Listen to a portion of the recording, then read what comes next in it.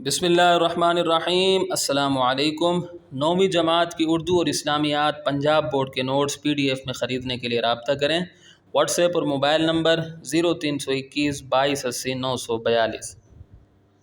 इंशाअल्लाह आज की वीडियो में मैं आपके सामने 9वीं जमात की उर्दू की नई किताब जो कि Punjab curriculum and text book board ने हाल ही में शाया की है और इस साल से पंजाब के स्कूलों में पढ़ाई जा रही है, इस किताब के सबक 7 यानी आराम व सुकून के नसर पारों या इबारात की तशरीहात, सबक के उन्वान, मुसन्निफ़ के नाम और ख़त कशीदा अल्फाज के मानी के साथ पेश करूँगा और ये इस सिलसिले की 5वीं वीडियो है यानी 5वां हिस्सा है।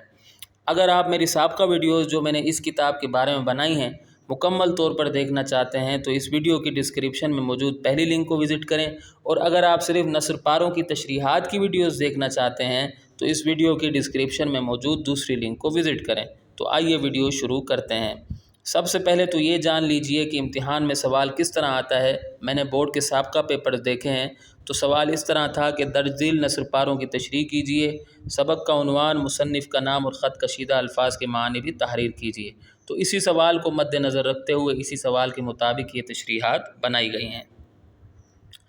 13वां नसर पारा है, नन्ना है आपका ईद के रोज़ मेले में से ये खिलौना गाड़ी ले आया था, न इस कम बख्त का दिल इससे भरता है, न वो कम बख्त टूटती है। अरे मैंने कहा नन्ने नहीं मानेगा नामुराद, छोड़ो इस अपनी पट को। तो सबक का उन्वान है आराम व सुकून, मुसन्निफ़ का नाम इम्तियाज़ अली ताज। जो मुश्किल अल्फाज है वो मैंने ख़त कशीदा कर दिए हैं, उनके मानी आगे आ रहे हैं। तो नन्ना कहते हैं लड़का या छोटा बेटा, मेला खुशी मनाने का दिन, कम बख्त बदकिस्मत या बदनसीब, नामुराद बदनसीब, नापसंद या नागवार। उसके बाद है पट, किसी छोटी चीज़ के गिरने या हल्की चोट या ज़रब की आवाज़, यहाँ खिलौना गाड़ी मुराद है।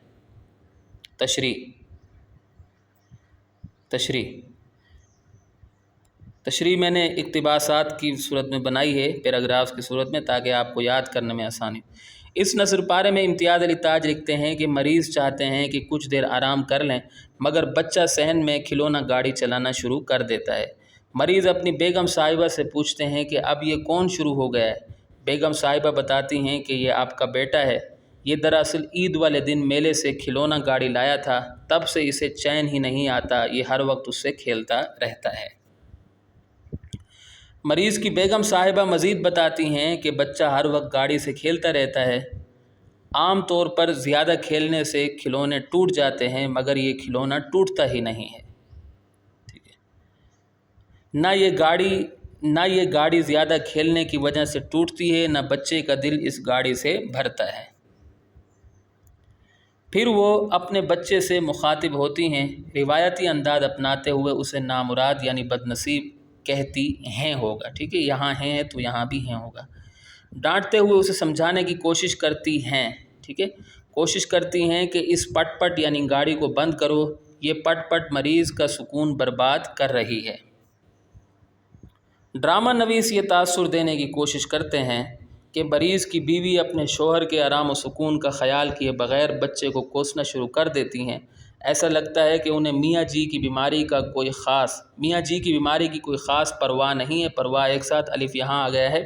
मरीज़ मुसलसल करा रहे हैं और उनकी बीवी मुसलसल बोले जा रही हैं।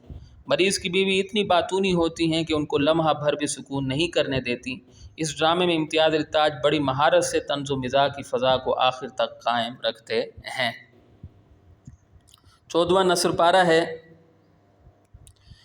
जब देखो लिए फिर रहा है, साहिबजादे का दिल किसी तरह पुर होने में नहीं आता, चूल्हे में झोंक दूंगी इस कम बख्त को, इतना ख्याल भी नहीं आता अब्बा बीमार पड़े हैं, शोर व गुल से उनकी तबीयत घबराती है। तो इसमें जो मुश्किल अल्फाज हैं वो ख़त कशीदा हो चुके हैं, उनके मानी आगे आ रहे हैं। सबक का उन्वान है आराम व सुकून, मुसन्निफ़ का नाम इम्तियाज़ अली ताज। अल्लाह। ख़त कशीदा अल्फाज के मानी, साहिबजादे यानी लड़के, बेटे या शाही ख़ानदान की औलाद, पुर होने, भरने, झोंक दूंगी, आग में डाल दूंगी, कम बख्त, बदकिस्मत या बदनसीब, शोर व गुल, वावेला, चीख व पुकार या हंगामा। तशरीह اس نثر پارے میں امتیاز علی تاج لکھتے ہیں کہ جب بچہ اپنے والد کی بیماری سے بے نیاز ہو کر صحن میں کھلونا گاڑی چلاتا ہے تو اس کی والدہ اسے ڈانٹنا شروع کر دیتی ہیں، اسے کہتی ہیں کہ وہ اس کھلونا گاڑی سے مت کھیلے کیونکہ اس گاڑی کی پٹ پٹ تمہارے والد صاحب کا سکون غارت کر رہی ہے۔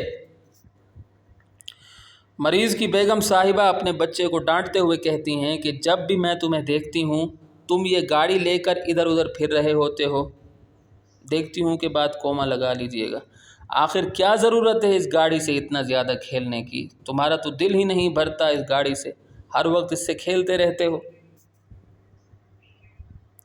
پھر بچے کی ماں اسے دھمکاتے ہوئے کہتی ہیں کہ اگر تم باز نہ آئے تو تمہارے اس کھلونے کو آگ لگا دوں گی، پھر کھیلتے رہنا اس سے۔ تمہیں اتنا بھی خیال نہیں کہ تمہارے ابو بیمار ہیں؟ تمہارا اس طرح گاڑی سے کھیلنا انہیں بے سکون کر رہا ہے، کچھ خیال کرو۔ تم گاڑی چلاتے ہو تو اس کی پٹ پٹ سے شور ہوتا ہے اور اس شور سے تمہارے والد صاحب کی طبیعت مزید خراب ہو جاتی ہے۔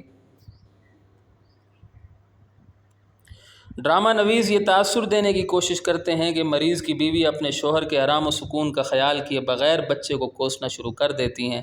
ایسا لگتا ہے کہ انہیں میاں جی کی بیماری کی کوئی خاص پرواہ نہیں ہے۔ ٹھیک ہے، پرواہ ایک ساتھ۔ مریض مسلسل کرا رہے ہیں اور ان کی بیوی مسلسل بولے جا رہی ہیں۔ مریض کی بیوی اتنی باتونی ہوتی ہیں کہ ان کو لمحہ بھر بھی سکون نہیں کرنے دیتی۔ اس ڈرامے میں امتیاز علی تاج بڑی مہارت سے طنز و مزاح کی فضا کو آخر تک قائم رکھتے ہیں۔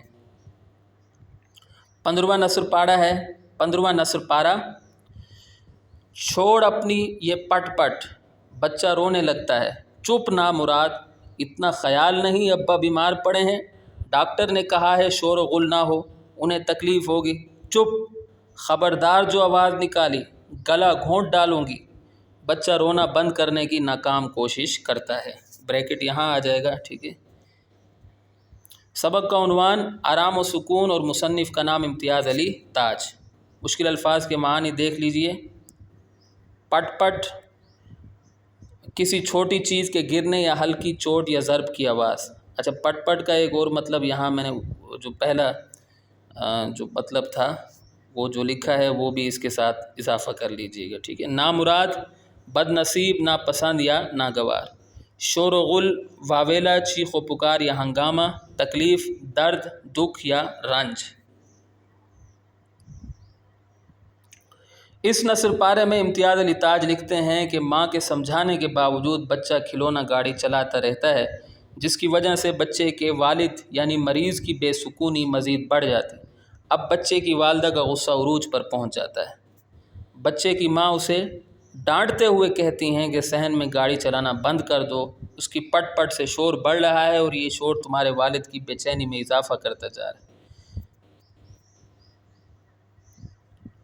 جب بچے کی ماں اس پر شدید غصہ کرتی ہیں تو وہ رونا شروع کر دیتا ہے۔ اب مریض کی بیگم صاحبہ کو اور زیادہ غصہ آ جاتا ہے۔ وہ روایتی انداز میں بچے کو نامراد کہتے ہوئے خاموش ہونے کا کہتی ہیں، ٹھیک ہے، کہتی ہیں، کیونکہ پہلے بھی ہیں استعمال ہوا۔ اسے ڈانٹتے ہوئے کہتی ہیں کہ تمہارے والد صاحب بیمار ہیں، ڈاکٹر صاحب تاکید کر گئے ہیں کہ ان کے کمرے میں شور شرابہ نہیں ہونا چاہیے، اس طرح ان کو تکلیف ہوگی، اس طرح، ٹھیک ہے، بڑی معذرت، اس طرح ان کو تکلیف ہوگی، تم ہو کہ خاموش ہی نہیں ہوتے۔ جب بچے کو اس طرح ڈانٹ کر سمجھاتے ہوئے بیگم صاحبہ ناکام ہو جاتی ہیں تو ڈرانا دھمکانا شروع کر دیتی ہیں۔ وہ بچے سے کہتی ہیں کہ اگر تم خاموش نہ ہوئے تو تمہارا گلا دبا دوں گی۔ ماں کی یہ دھمکی بچے پر کسی حد تک اثر کر جاتی ہے۔ وہ مکمل طور پر خاموش تو نہیں ہوتا، البتہ رونے کی کوشش ضرور کرتا ہے، البتہ رونا بند کرنے کی کوشش ضرور کرتا ہے۔ مصنف کے مطابق بچے کی یہ ناکام کوشش ہوتی ہے، ٹھیک ہے۔ ڈرامہ نویس یہ تاثر دینے کی کوشش کرتے ہیں کہ مریض کی بیوی اپنے شوہر کے آرام و سکون کا خیال کیے بغیر بچے کو انتہائی شدت سے ڈانٹنا شروع کر دیتی ہیں۔ ایسا لگتا ہے کہ انہیں میاں جی کی بیماری کی کوئی خاص پرواہ نہیں ہے۔ مریض مسلسل کرا رہے ہیں اور ان کی بیوی مسلسل بولے جا رہی ہیں۔ مریض کی بیوی اتنی باتونی ہوتی ہیں کہ ان کو لمحہ بھر بھی سکون نہیں کرنے دیتی۔ اس ڈرامے میں امتیاز علی تاج بڑی مہارت سے طنز و مزاح کی فضا کو آخر تک قائم رکھتے ہیں۔ تو یہاں آ کر ہماری ویڈیو اختتام کو پہنچتی ہے۔ اور چھوٹی چھوٹی غلطیوں پر میں آپ سے انتہائی معذرت خواہ ہوں۔ امید ہے کہ آپ کو میری یہ کاوش پسند آئی ہوگی۔ اگلی ویڈیو تک کے لیے مجھے اجازت دیں۔